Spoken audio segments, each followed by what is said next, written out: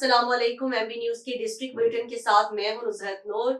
Bulletin का बाकायदा आगाज कर लेंगे और सबसे पहले खबर शामिल करेंगे फर्रुखाबाद से। राना वसीम असलम की रिपोर्ट के मुताबिक फर्रुखाबाद थाना सिटी पुलिस ने मोबाइल ज्यादती के मुलजिमान को गिरफ्तार कर लिया। मुकदमा दर्ज करके पाबंद सलासल कर दिया गया। थाना सिटी पुलिस ने चंद घंटों में बदफेली के मुर्तकिब 2 अफराद को गिरफ्तार कर लिया। मेहनत कश सरवर ने SHO सिटी वाजिद अब्बास को तहरीरी दरख्वास्त दी, जिसमें उसने मौक़िफ़ अख्तियार किया है। मेरे बेटे अली शेर के साथ 3 लड़कों ने डरा धमका कर ज़्यादती की है, जिस पर SHO ने फौरी तौर पर मेडिकल करवाकर अपनी टीम के हमरा कार्रवाई का आगाज कर दिया और कुछ ही देर बाद ज़्यादती में मुलविस 2 ओबाशों को गिरफ्तार करके मुकदमा दर्ज कर दिया है। तीसरे मुलजिम की गिरफ्तारी के लिए छापेमार टीम तश्कील दे दी गई है।